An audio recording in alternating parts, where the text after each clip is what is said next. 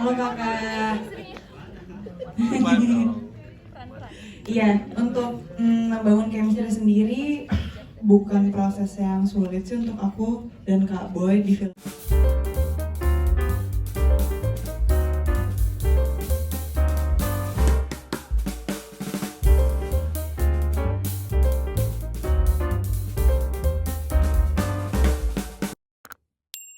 Dan seluruh filmmaker dari film Jin Kodam. Pak Karis. Oke, udah semua masih ada di atas? Sama. Ini anugerah. Rezeki. Langsung aja ya. Kalau gede lu jangan kayak dia ya. Tentunya ke penulis terlebih dahulu. Ini semua dan aku pribadi dan aku juga rasa semua media penasaran. Sebenarnya apa awal mula latar belakang cerita ini ditulis? Karena ini merupakan film horor yang berbeda dari lainnya ya. Biasanya kan film horor menakutkannya, setannya ada segala macam ya. Tapi ini yang berbeda yaitu Jin Kodam. Jadi kita mau tanya langsung kepada penulisnya, apa yang melatar belakangi cerita dari film ini? Boleh langsung dijawab?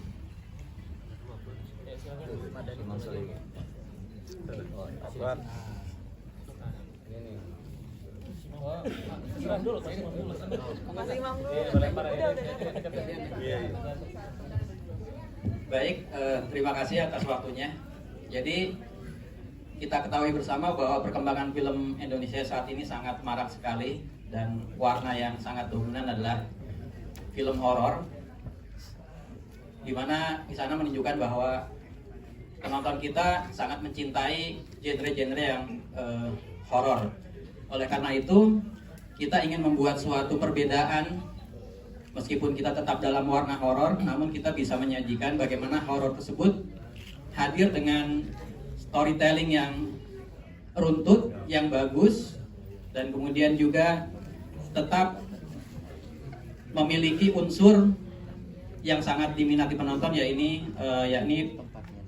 genre horor. Sehingga Jin Kodam dari teman-teman semua tadi yang sudah tonton bersama, bagaimana unsur religi dan horor mencoba untuk kita gabungan bersama, sehingga film horor di kita tidak melulu dengan menampilkan yang wajah-wajah setan yang seram, akan tetapi bagaimana bisa memberikan juga horor yang juga berbalut dengan nilai-nilai religi yang bisa diambil hikmahnya oleh penonton Indonesia. Mungkin demikian hikmah yang bagaimana. Assalamualaikum warahmatullahi wabarakatuh.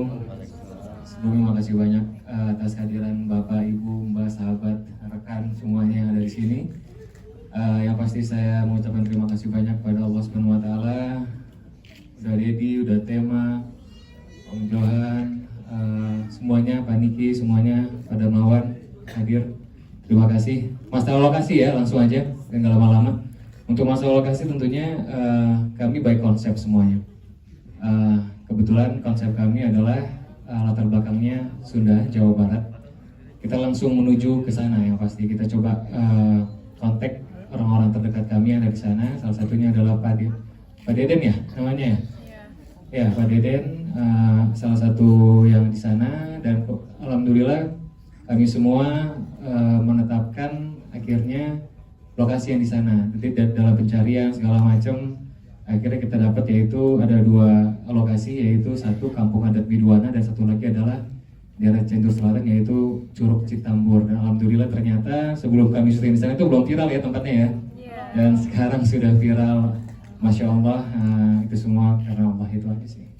Yang pasti kami akan memberikan suasana yang baik, view yang baik gitulah. Walaupun itu film horor, tapi kita pengen memanjakan mata penonton juga, insya Allah. Itu kurang lebih. Horor religi. Bismillah, Pak. Assalamualaikum warahmatullahi wabarakatuh. Kalau bicara berapa lama syuting, kita biasa syuting normal, lebih kurang 16 hari syuting guys. Yang berlokasi semua di Cianjur, dengan kondisi kita pendatang pasti penyesuaian, dan alhamdulillah banyak diberi kesehatan, walaupun ada beberapa yang tumbang karena kondisi cuaca yang cukup berbeda dengan yang di Jakarta. Untuk yang kedua, apa itu Pak? Tantangan membuat film horor religi. Tantangan film religi. Sebelum film horor ini saya garap, saya biasa garap film horor yang benar-benar pure horor. Tiba-tiba datang konsep ini, story-nya saya baca, dan entah kenapa saya jatuh cinta.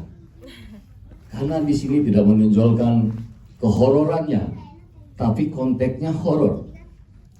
Tetapi di sini cerita komplit sangat, ada komedinya, ada dramanya, ada touchingnya, ada horornya, ada thriller.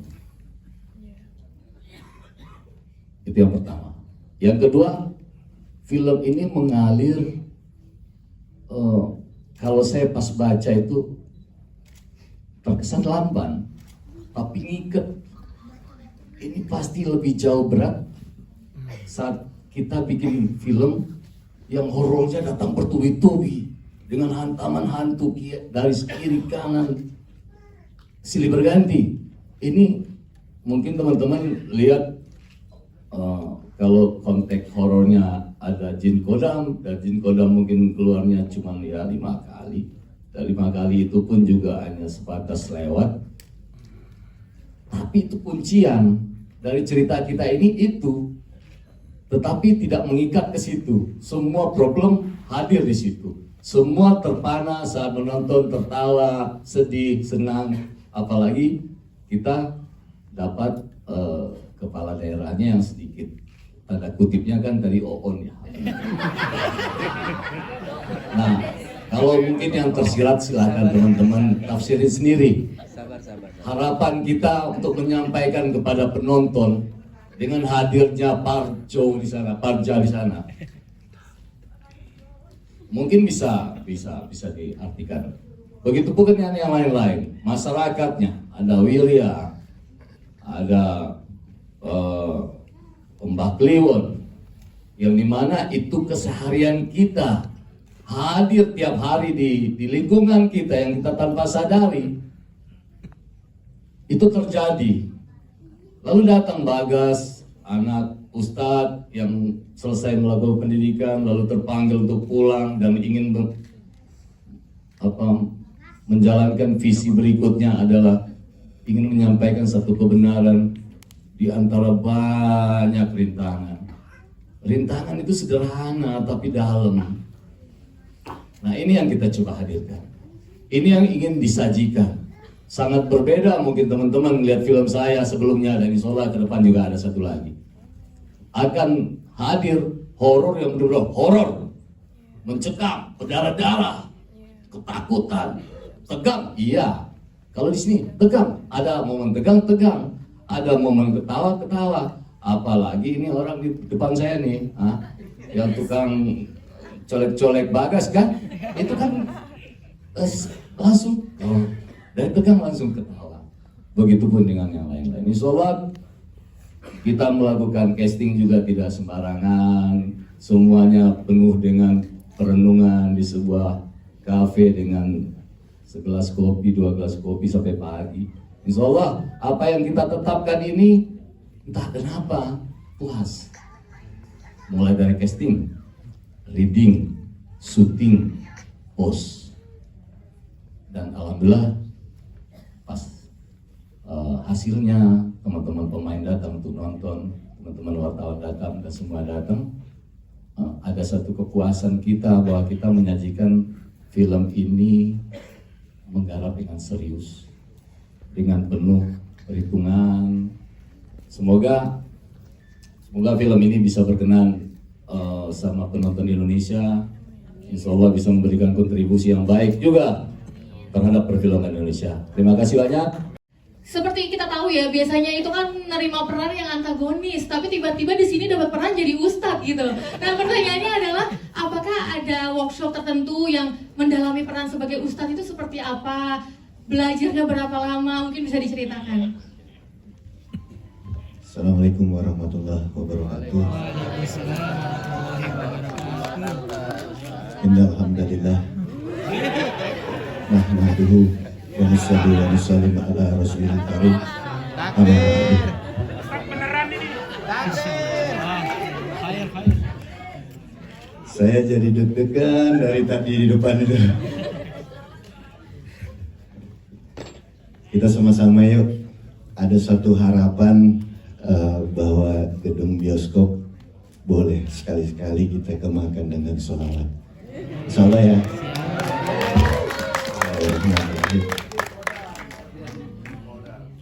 Allahumma sholli ala sayyidina Muhammad wa ashghili zalimin bizzalimin.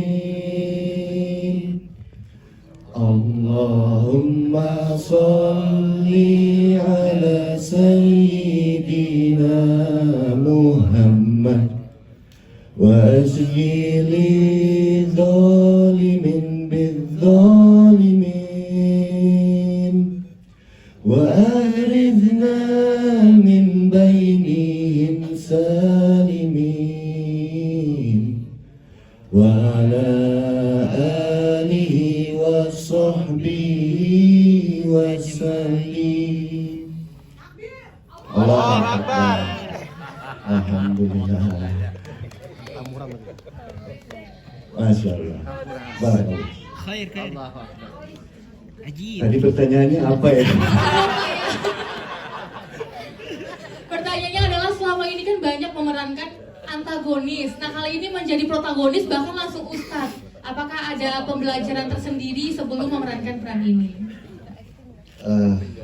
Pertama tadi seperti yang diceritakan Pak Tema bahwa skenario ini bukan skenario biasa. Begitu saya terima tawaran dari Pak Deddy Mercy mengenai skenario ini, dijelaskan karakternya, saya baca skenario ini luar biasa. Ini bukan hasil imajinasi semata. Kalau kata Pak Deddy, ini hasil daripada renungan. Kalau saya bilang ini hasil dari langit. Jadi sebuah ilham dari langit yang bukan imajinasi atau fiksi semata. Saya langsung sangat tertarik. Bahkan berapapun angkanya yang ditawarkan sama Pak Deddy waktu itu, saya ambil itu. Karena memang biasanya film horor itu biasanya ustadznya datang belakangan, bacain ayat kursi, setannya kebakar atau setannya lari gitu kan. Bahkan ada ustadz juga yang baca ayat kursi, setannya nggak lari gitu kan. Mungkin karena iman di dalamnya nggak begitu kuat. Allahu a'lam bishawab. Tapi ini film horor pemeran utamanya ustadz. Ini menarik sekali gitu. Dan Bismillah, saya terima tawaran dari Pak Deddy Mercy, dan ini tawaran sudah dari tahun 2020 ketika saya menjadi Sunan Muria, digarap oleh Pak Deddy juga. Saya Bismillah, saya ikuti arahannya Pak Deddy, saya berdoa kepada Allah, saya mohon kepada Allah semoga dimasukkan nur-nur orang soleh pada saat memerankan itu, sehingga saya dapat memerankan itu dengan baik. Ya udah, selepasnya saya belajar bersama Pak Tema juga yang membantu saya, menggiring saya untuk bisa berperan sebagai Ustadz Bagas. Gitu. Baik, mungkin kurang lebih sama. Kira-kira apa yang membuat tertarik bergabung dalam proyek ini? Iya, Assalamualaikum warahmatullahi wabarakatuh.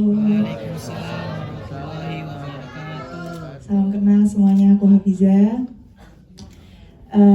Yang belum buat aku tertarik ya, kalau mungkin Kak Boy sangat tertarik dari awal membaca skenario dan udah ditawarkan dari waktu yang lama, aku malah sebaliknya.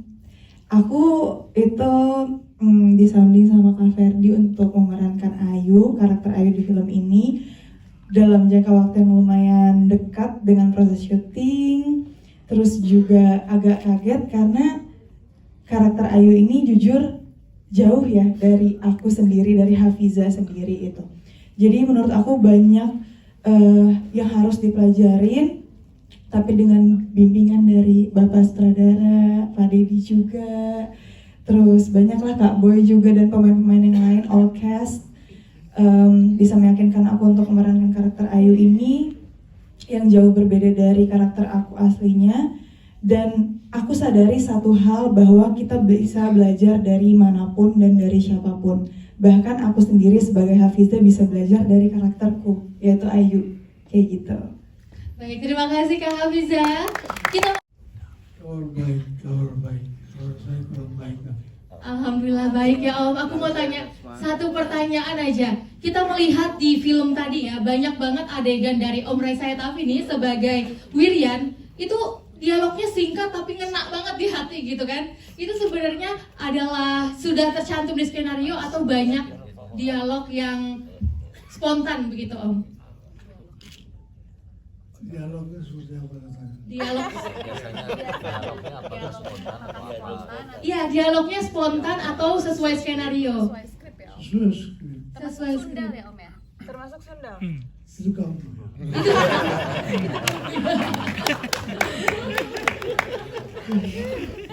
Ke kamu kan? Iya. Oke. Boleh tepuk tangannya dong buat Om Reza Tafi. Luar biasa ya, atas senior yang benar-benar aku kagumi Om. Semoga sehat selalu ya Om. Terima kasih banyak. Selanjutnya kita bisa bergeser ke Eki Fedli sebagai Mbah Kliwon. Mbah, boleh main? Begitu. Skenario-nya begitu. Improv. Enggak gini. Ya kalau pemain kan mengikuti skenario. Betul. Ya harus bagaimana? Ya kita berusaha memainkan. Cuman yang menarik di sini adalah bahwa horornya ada religinya. Ya ini sesuatu yang mungkin masih jarang ya di horor-horor kita. Biasanya penuh dengan jump scare. Ya ini kan memperkaya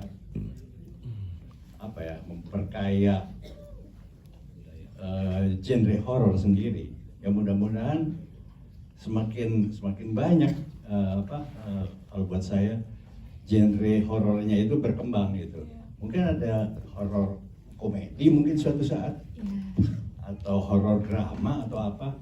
Ya saya kira sah-sah saja. Ya kalau kita sebagai pemain mengikuti skenario kalau soal karakter. Baik, justru maksudnya ini menjadi hal yang menarik gitu, karena biasanya kita lihat kan dukun maunya menang sendiri, pasti menang. Tapi di sini kita menyajikan cerita yang berbeda, dan itu menurut saya suatu nilai positif gitu. Boleh tepuk tangannya dong semua. Menghadapi hal semacam itu, tapi dia agak kaget ternyata Bagas punya something nih gitu, sesuatu yang berbeda. Lebih ke situ sebenarnya sih. Makasih. Yang paling ya, boleh berdiri. Assalamualaikum warahmatullahi wabarakatuh. Aku Azul Pratama berperan sebagai Hadi. Terima kasih. Hai Hadi. Assalamualaikum warahmatullahi wabarakatuh. Saya Widi Dwinanda berperan sebagai si wanita Sundal alias Lilis. Suamiku, giliranmu. Duduk aja kali ya kalau. Iya, duduk aja Om. Mungkin Saya Reza Tafi. Udah tahu. Semua udah tahu. Suami istri Sundal.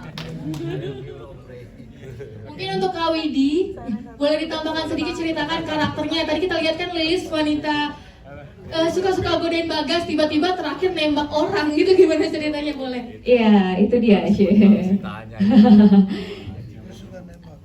Suka nembak? Kayaknya yang nembak kan Om kan? Oh bukan, oke. Ini sebenarnya bikin kaget juga sih ketika baca skenarionya, apalagi pas awal ditawarin sama Kakak Ferdi Ali, wait ini asik banget perannya.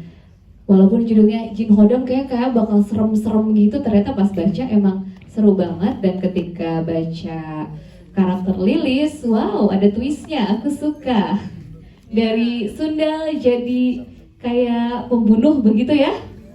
Dan ini memang ceritanya ada twist di sini karena Lilis ini kalau yang saya tangkap dari skenarionya bahwa Lilis ini yang tadinya berharap banyak menjadi istri seorang juragan kaya, tetapi banyak sekali kekecewaan yang akhirnya terpendam dalam dan akhirnya meledak ketika dipasung, sampai akhirnya bisa dikatakan kalau saya tangkep ya, saya kesetanan sendiri gitu loh. Jadi akhirnya sayalah yang membunuhnya begitu.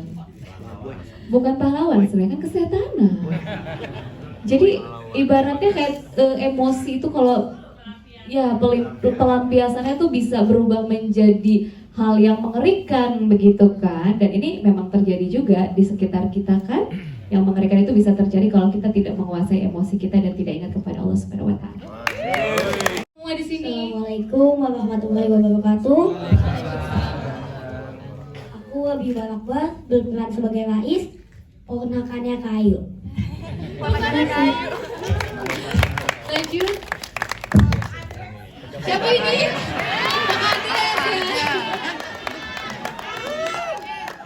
Assalamualaikum warahmatullahi wabarakatuh. Saya Samsul Gondong, berperan sebagai Parja. Aslinya pinter saya. Nanti kita tes ya di depan ya. Boleh. Aja kali ya. Satu lagi ada nggak? Nah, kan bisa banget. Tadi gimana caranya chemistry-nya, padahal kan adegannya nggak banyak touching, nggak pernah touching, berduaan bahkan bertatapan.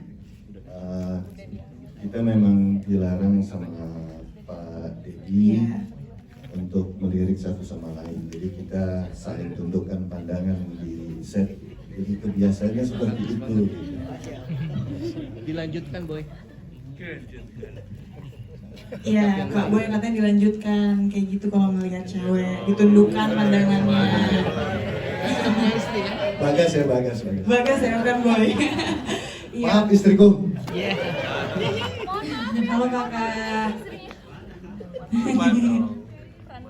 Iya, untuk membangun chemistry sendiri bukan proses yang sulit sih untuk aku dan Kak Boy di film ini, karena memang sebelumnya kita udah kenal, juga prosesnya panjang untuk sampai di tahap syuting, kan ada reading dan lain-lain, perkenalan di situ sekaligus membangun chemistry juga.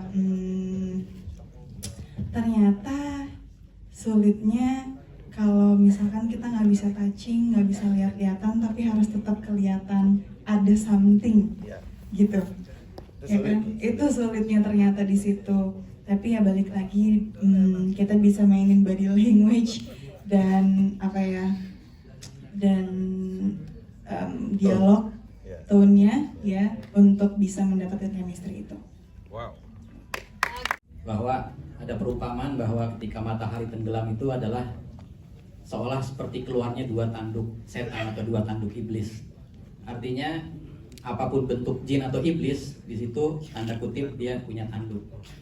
Dan di sini diaminkan oleh berbagai produk film yang ada di luar negeri, bagaimana mereka membuat atau membentuk gambaran jin itu dengan tanduk, ya kan? Dan itu banyak. Nah kita pertanyaannya, mereka dapat dari mana tuh? Kalau kita kan jelas ya ada